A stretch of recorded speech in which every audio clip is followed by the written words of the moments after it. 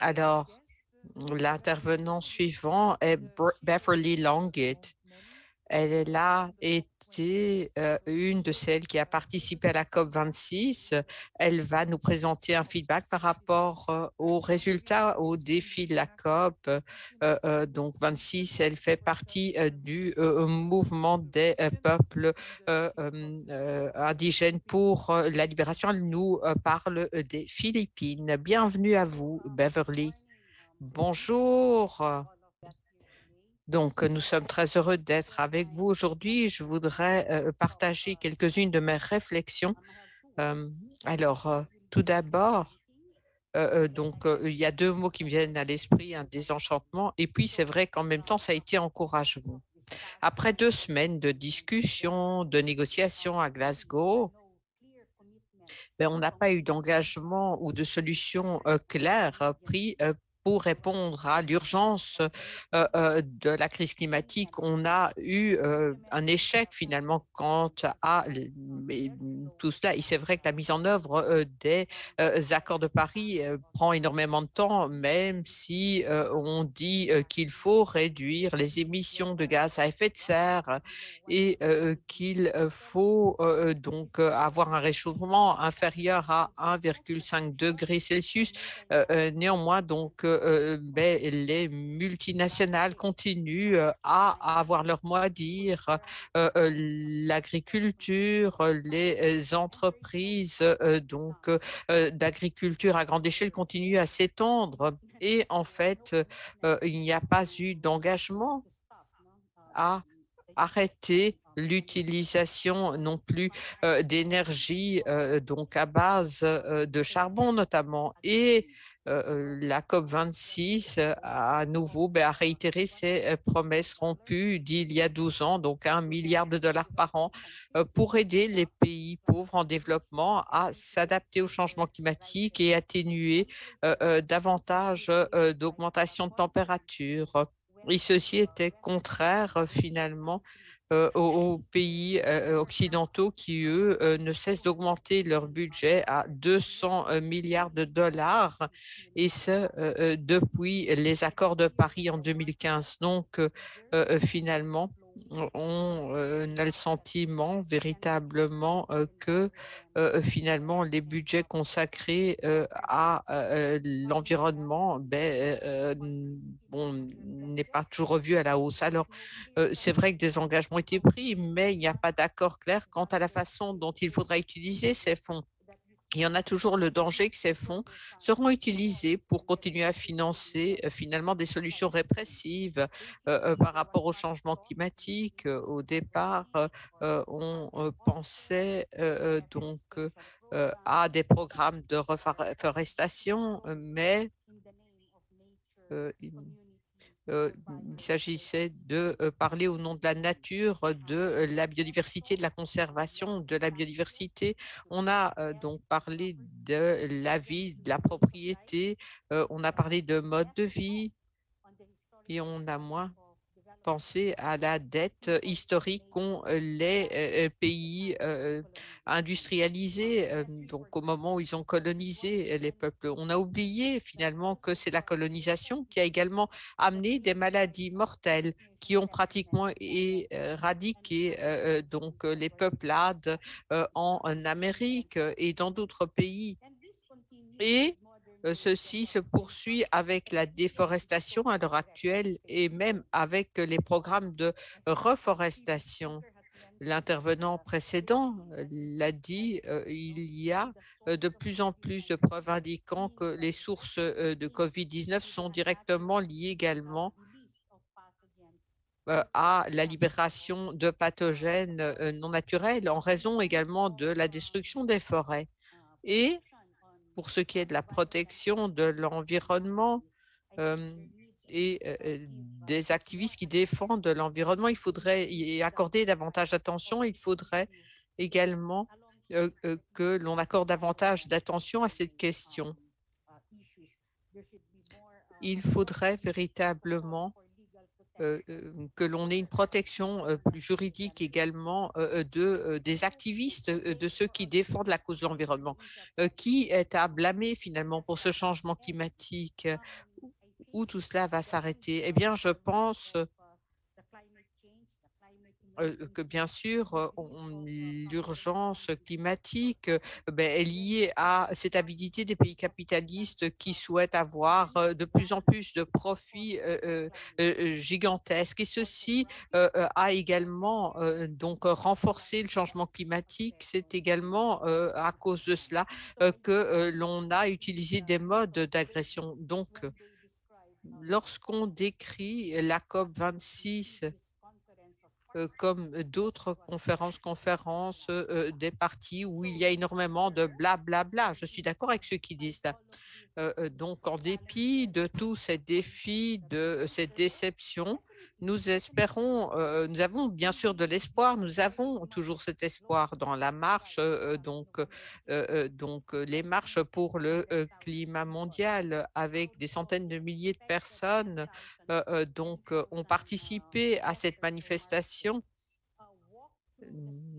On circulait dans les rues de Glasgow. Nous avons bravé la pluie et des centaines de milliers d'autres personnes ont également participé à des marches dans d'autres parties du monde, surtout dans le sud, en bravant les mesures de répression et de mesures anti-Covid.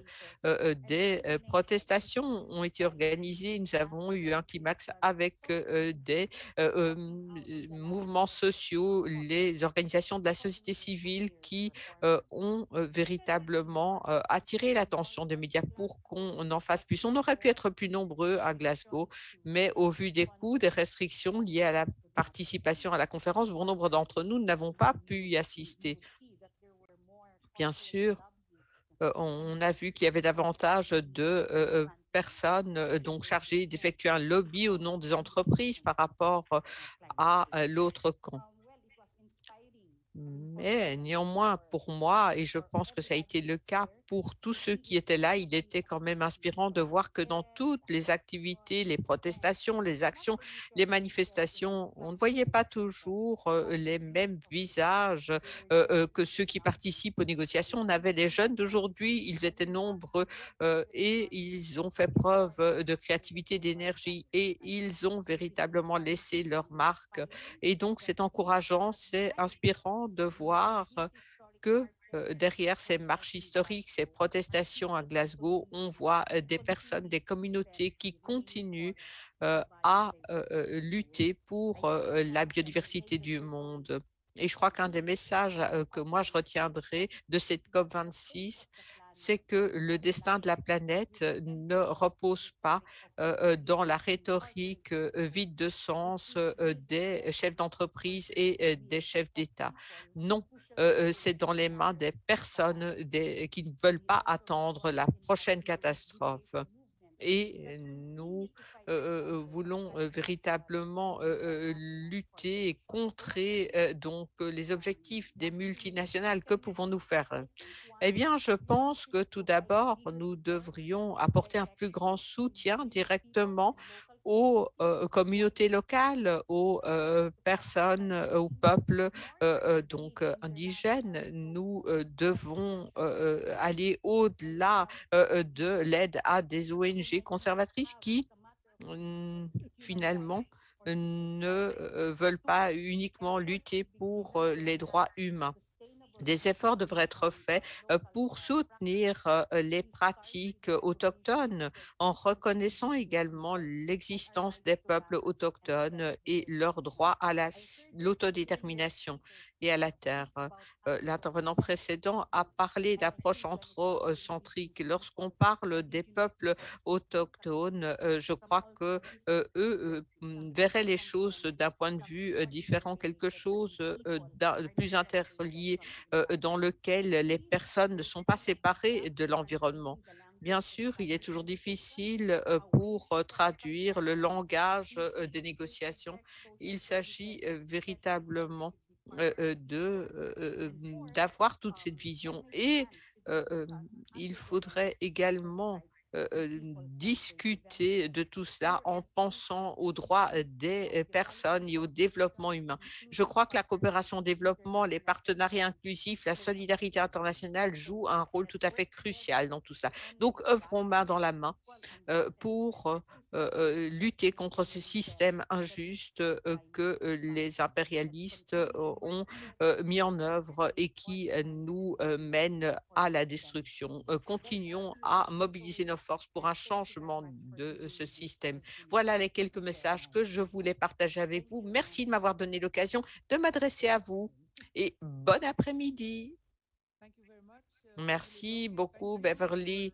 Merci d'avoir partagé votre expérience à la COP 26.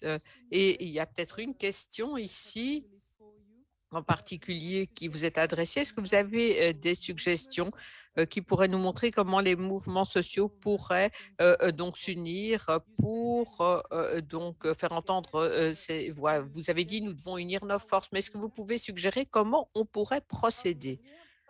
Mais en fait, on a commencé en particulier par rapport à la COP 26, en particulier pour ceux qui se trouvent dans le sud, dans les régions du sud. Est-ce que vous m'entendez, dit Beverly? Oui, nous avons entamé et lancé cette coalition pour les personnes dans le sud, dans les pays du sud qui ont pu participer à la COP 26 et nous organisons également des événements en ligne maintenant, surtout en raison des restrictions liées à la COVID, mais nous espérons que nous pourrons organiser également quelque chose en présentiel l'année prochaine pour définir quelque chose de plus stratégique, parce que bien sûr, c'est la 26e COP déjà, et les perspectives ne sont donc pas toujours glorieuse. Donc, il faut véritablement donc penser à des actions, pas seulement isolées sur le terrain. Il s'agit de coordonner les choses, d'avoir des actions coordonnées au niveau mondial et peut-être penser à une campagne d'information, d'éducation, penser à des activités donc d'éducation pour aller dans le sens d'un changement. Est-ce qu'on pourrait les tenir au niveau mondial ou est-ce que vous pensez qu'il faudrait les consacrer séparément pour les jeunes, les peuples autochtones et donc organiser d'autres campagnes dans le monde occidental? Mais bien sûr, on pourrait continuer comme on le fait en tant que membre de groupe, travailler avec certains groupes de pays, mais on doit également l'organiser au niveau mondial, comme on l'a fait à plusieurs occasions, hein.